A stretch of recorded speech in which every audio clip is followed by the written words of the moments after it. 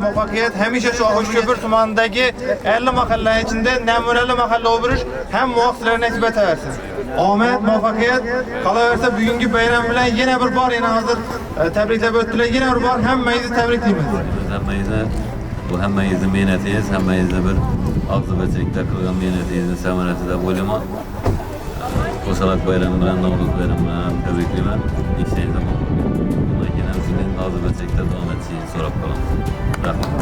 Benim kanatlarım bizden kanatlarımız. Hem de rahmet. Ağzı götürükte şimdi 70% eşet olan hayratım. Elbette bu yukarı teşkilatlarını, rehberlerimizi kollak başıyla kolladım. İlahi Kur'an'a bir sen rağmen İlahi şu hemşe şimdi yaşıyorlar gelip bize tebrikle oturuş nasip etsin. Yine bu bende. İlahi Kur'an'a güvenle.